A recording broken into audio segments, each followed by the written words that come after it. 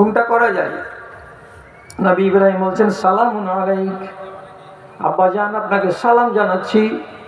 আপনাকে সালাম মানে কি? এটা হলো শেষ সালাম। আপনার বাড়ি থেকে চলে গেলাম, আর আমি যে চলে গেলাম তো চলেই গেলাম, আর আপনার বাড়ি আপনার কাছে আসবো না, আপনাকে বাপ বলে আমি ডাকবো না, আপনার কাছে কোনো রকমের সাহায্য সহযোগিতা চাইবো না।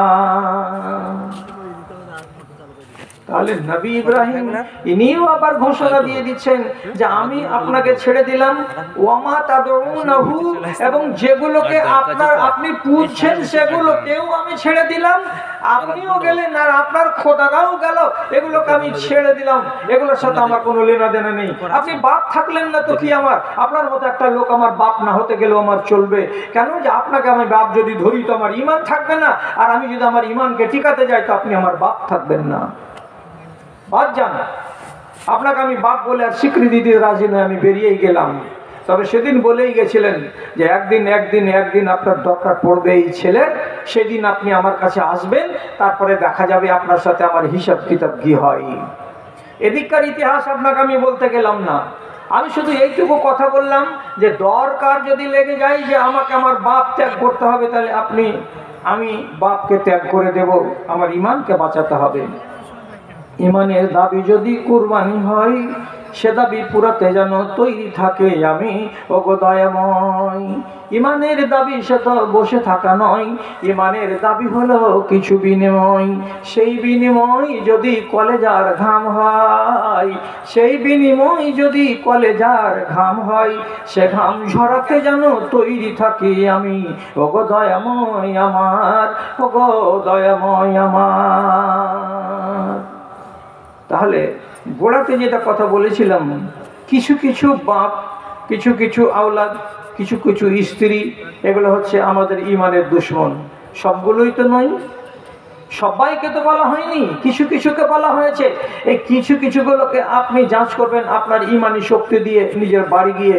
এখানে আপনার শোনার কাজ আপনাকে শুনে যেতে হবে। বাপের পর নয়, বাপের আগে যেটা পৃথিবীর সবচাইতে মূল্যবান রিশতা, যেটা সবচাইতে প্রিয় রিশতা, আত্মীয়তার বন্ধন, সেটা হচ্ছে মায়ের সাথে। মায়ের মতো প্রিয় মানুষ আর দুনিয়াতে নেই। এর মতো মিষ্টি জিনিস আল্লাহর দুনিয়াতে আর কোনো নেয়ামত হয় না। যার মা আছে সে জানে, আর যার মা নেই সে জানে না।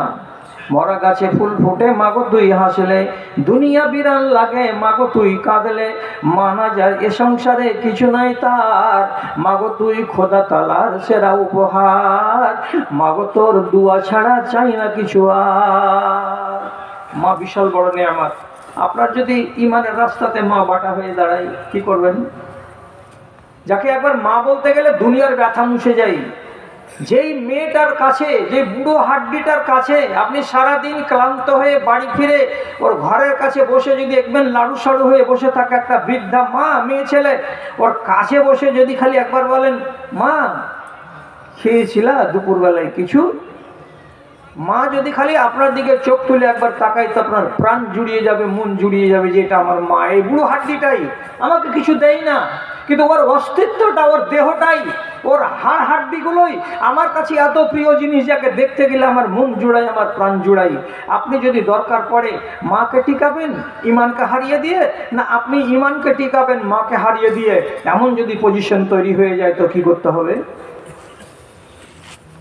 এমনও মা আছে। এটা দক্ষিণ দিনাজপুরের কথা, গ্রামের নাম বলছি না, শুধু জেলাটার নাম বললাম, বড় জেলা, তফাৎ কিছু পড়বে না।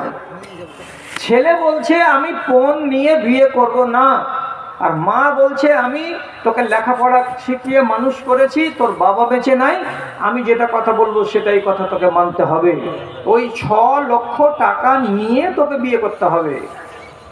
ছেলেটা জানি না কোন সংগঠনের ছত্রছায়াই থেকে এত বলিষ্ঠ ঈমান পেয়েছে যে মাকে বারবার বলছে আম্মা ইজাব কবুলের আগে শ্বশুর মশাইয়ের কাছ থেকে এভাবে টাকা নেওয়াটা ইসলামী শরিয়ত সমর্থন করে না, এটা হারাম।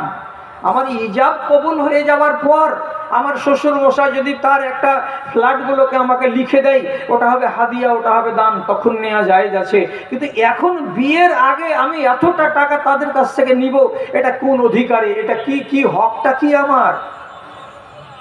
মা বেটাতে যুদ্ধ। কি করতে হবে? মায়ের জিদকে ছেলে স্বীকার করলো না। শেষ পর্যন্ত বিবাহের ধার্য দিনে টাকা নিয়ে হাজির হয়ে গেল। যে আগন্তুক যে ব্যক্তি কাজগুলো করে সে 6 লক্ষ টাকার ব্যাগ বাড়িতে এনে জমা দিল। ছেলেকে ডেকে বলছে, ছেলে কাজীনামাতে সই করে দাও। কাজী সাহেব সাথে এসেছেন, বিয়ের দিন শুধু বিয়েটাই পড়া হবে, এখন তুমি সই সাবুতগুলো করে দাও।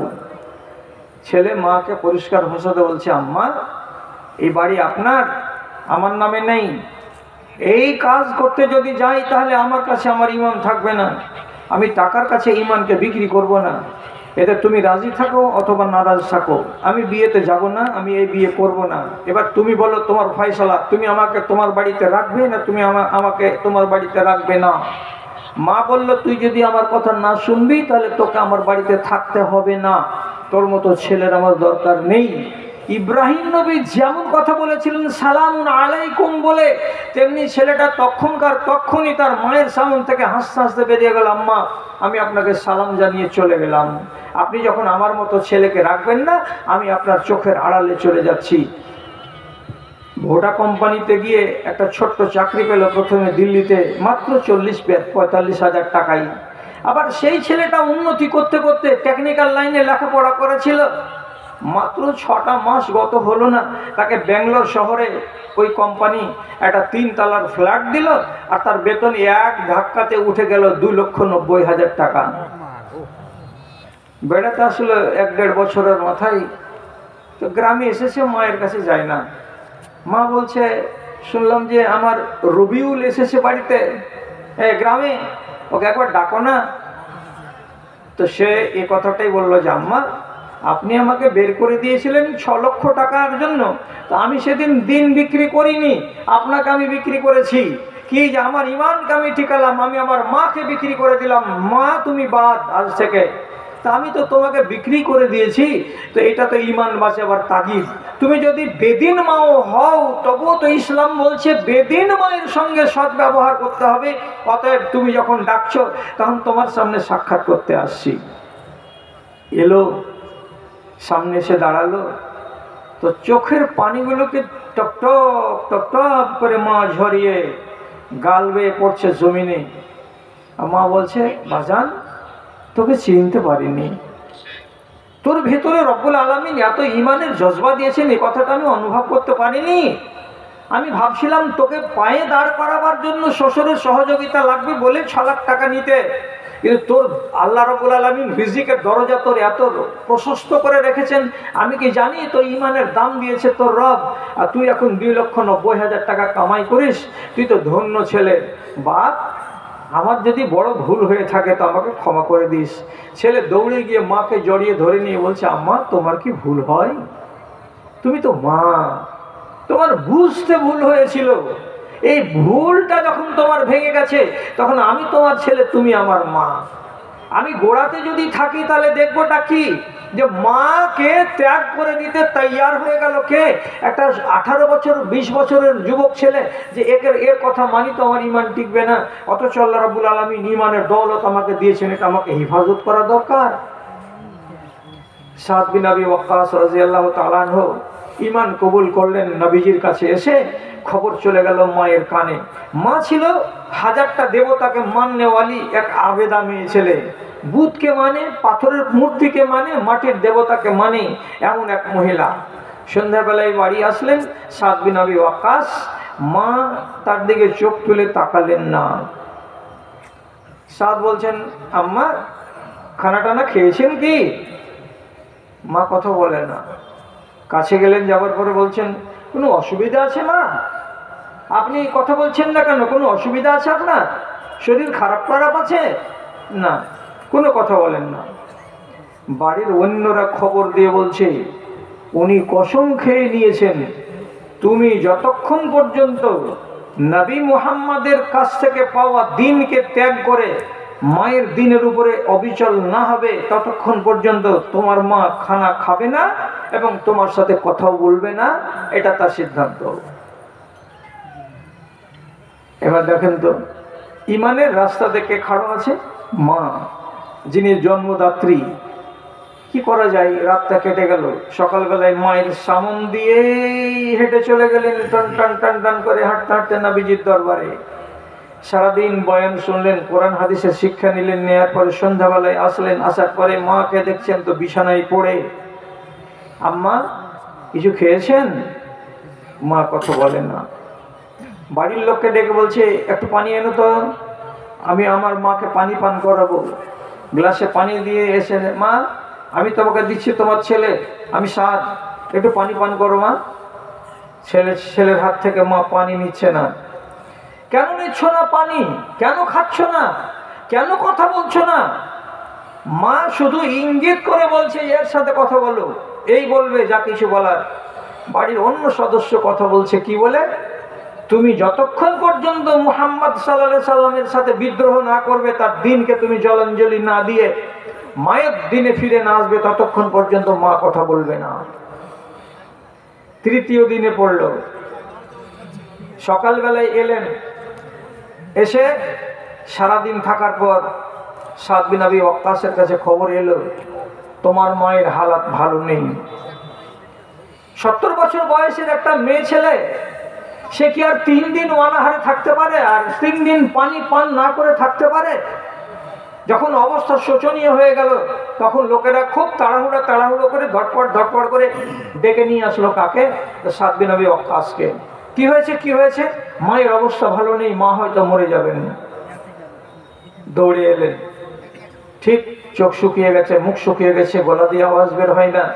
তার সাথে কথা বলা তো দূর, অন্য লোকের সাথে কথা বলতে পারেন না। তখন বাড়ির লোকেরা সবাই ঘাড় নাড়ে, হাত নাড়ে, পিঠ নাড়ে, নেড়ে নেড়ে বলে, ভাই মাকে বাঁচাও, ভাই মাকে বাঁচাও।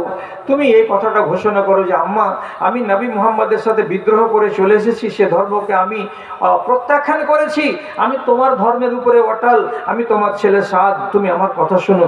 ভাই তুমি মাকে বাঁচাও, তোমার হাতে মায়ের জান এবং তোমার হাতে আমার মায়ের প্রাণ। মা বিছানায় পড়ে পড়ে টুক করে ছোট ছোট চোখ দিয়ে দেখছে আর বলছে, ছেলে আমার নিজের মাকে চাই কি চাই না। দিন বাঁচাতে গেলে মাকেও ছাড়তে হবে, কি করা যায়? শেষে হযরতে সাদ বলছেন, ইয়া আম্মা লাউ কানাত লাকে মিয়াতু আরওয়াহিন, এই আমার মা, ধরো একটা কথা, তোমাকে আল্লাহ রাব্বুল আলামিন যদি 100টা আত্মা দিতেন, তোমার ভেতরে একটাই আত্মা আছে, যদি মনে করে নাও তোমার ভেতরে আল্লাহ রাব্বুল আলামিন 100টা আত্মা দিয়েছেন, আর এই করে তোমার ভুখ হরতাল করার কারণে তোমার একটা আত্মা, তারপরে আর একটা আত্মা, তারপরে আর একটা আত্মা, এই করে আত্মাগুলো এক এক এক এক করে যদি সব বেরিয়ে যায়, যখন 99টা আত্মা তোমার বেরিয়ে যাবে আর একটাই মাত্র আত্মা বাকি থাকবে, তখন যদি তুমি আমাকে বলো, এই ছেলে সাদ, আমার সমস্ত রূহগুলো বেরিয়ে গেল, এখন একটাই রূহ বাকি আছে, এই রূহটা যদি বেরিয়ে যায় তো তোর মা ঠান্ডা হয়ে যাবে, চোখ বন্ধ হয়ে যাবে, কবরের পথিক হয়ে যাবে, এখনো সময় আছে, মেনে নি। এমন কথা যদি বলো মা, তা আমি তোমার ছেলে সাদ বলছি, তোমার 100 নম্বর রূহটাও যদি আমার চোখের সামনে বেরিয়ে যায়, আল্লাহর কসম নবী মুহাম্মদের সঙ্গে রতি পরিমাণে আমি বিশ্বাসঘাতকতা করতে পারবো না। কি বলছেন? এদিকে ঈমান আর এদিকে ঈমানের লুটেরা। তো ঘোড়াতে আমি কি বলছিলাম, এরা আপনার আর আমার ঈমানের শত্রু হয়ে দেখা দিতে পারে, যে কোনো ভাবে দেখা দিতে পারে। তো সেই ক্ষেত্রে আপনাকে, যদি আপনি এই কথাটা মেনে থাকেন যে এই ঈমানের সম্পদই আমাকে একদিন সুখের স্থানে নিয়ে যাবে, এটা যদি আপনার বুকে স্থির ধারণা হয়ে থাকে, তাহলে এটাকে বাঁচাবার জন্য আপনাকে সংকল্প করতে হবে, কঠিন সংকল্প। ভাই আমার, ইতিহাসকে যখন ঘাঁটি, কোরআন হাদিসকে যখন নাড়াচাড়া করি, তখন এরকম অনেক অনেক ইতিহাস, অনেক অনেক কথা আমাদের সামনে ভেসে উঠে এবং আমরা সেখান থেকে জ্ঞান পাই। আর সেগুলোরই হয়তো কোনো একটা অংশ আপনাদেরকে এসে শোনাই। জি, রাসূলুল্লাহ আল্লাহ রাব্বুল আলামিন আমাদেরকে দোয়া করতে বলেছেন মাঝে মাঝে। কি বলে? রব্বানা হাবলানা মিন আজওয়াজিনা ওয়া যুররিয়াতিনা কুররাতা আয়ুনিন ওয়াজআলনা লিল মুত্তাকিনা ইমামা। এটা তো কোরআনের দোয়া। কি দোয়াটার মানে?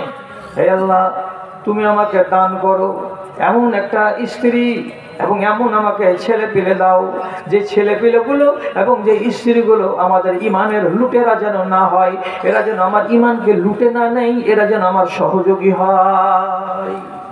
তাহলে আল্লাহ রাব্বুল আলামিন আমাদের আর আপনাদেরকে তালিমও দিয়েছেন এই ব্যাপারে সজাগ হওয়ার জন্য।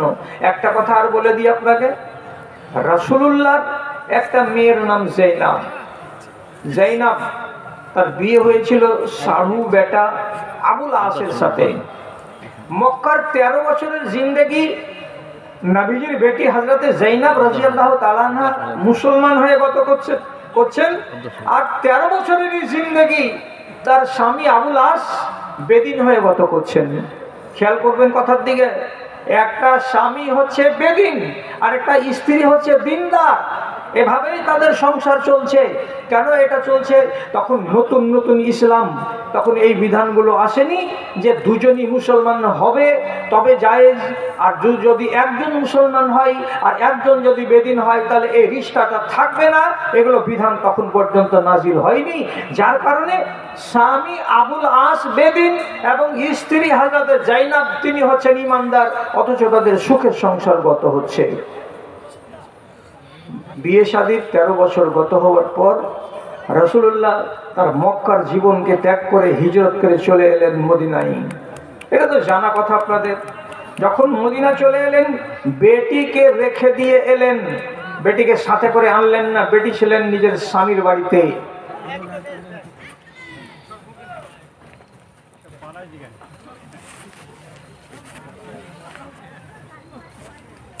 যখন চলে আসলেন হিজরত করে মদিনায়,